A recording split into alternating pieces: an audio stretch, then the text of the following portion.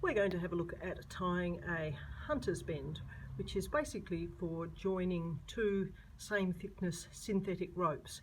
Now, my piece of sisal is neither same thickness nor synthetic, but that's what I've got to work with at the moment, and it gives you the contrast between the two pieces of rope. So in order to tie this knot, we put the two ends in parallel with one end pointing to the left and one end pointing to the right. And I'm just going to lengthen that overlap just a little bit, just so that I've got a little bit more room to play around with. So I've got my overlap. What I'm going to do is I'm going to twist that into a loop. So there we go. I'm going to make a nice loop there out of my rope. Okay, and I want to have a careful look at what's happening to the tails, the two ends. So this tail has gone over the top of the loop, and this tail is behind the loop, and that gives us our information for how we are going to tie the rest of this knot.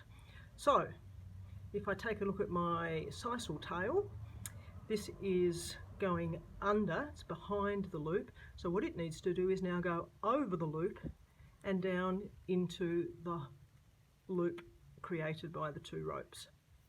And my other tail, it's going over the top, so what it needs to do is now go under and come up the two in the loop.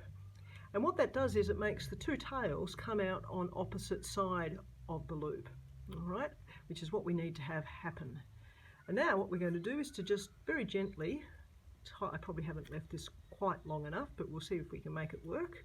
So just gently tighten everything here, so like this, and let's see what we can do, see what's going on here, work our way around. Sometimes this comes out really smoothly, and I might not have the knack of it. There we go, that looks a bit more like it.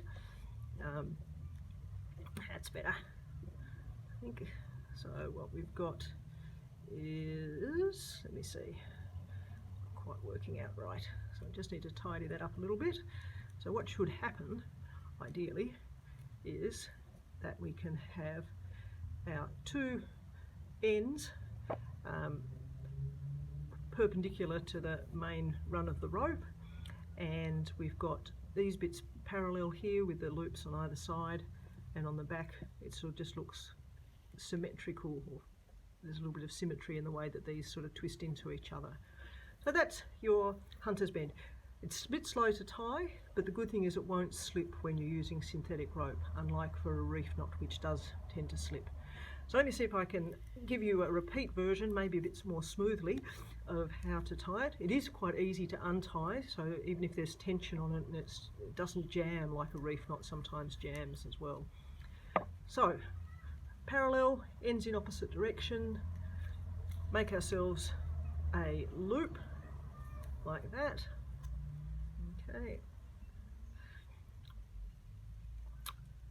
This one's behind at the back, so it goes over the top and in through the loop that way.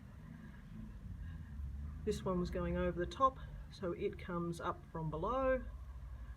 Let's now get those going through that and tightening everything bit by bit. Tighten, tighten, tighten, tighten, tighten. Get that a little bit around the right way. Pull tight. That's not looking good. Let's see if we can straighten it out. That's better. There we go. That fell into place nicely. So two parallels, loops, and that nice interwoven bit on the back. One hunter's bend.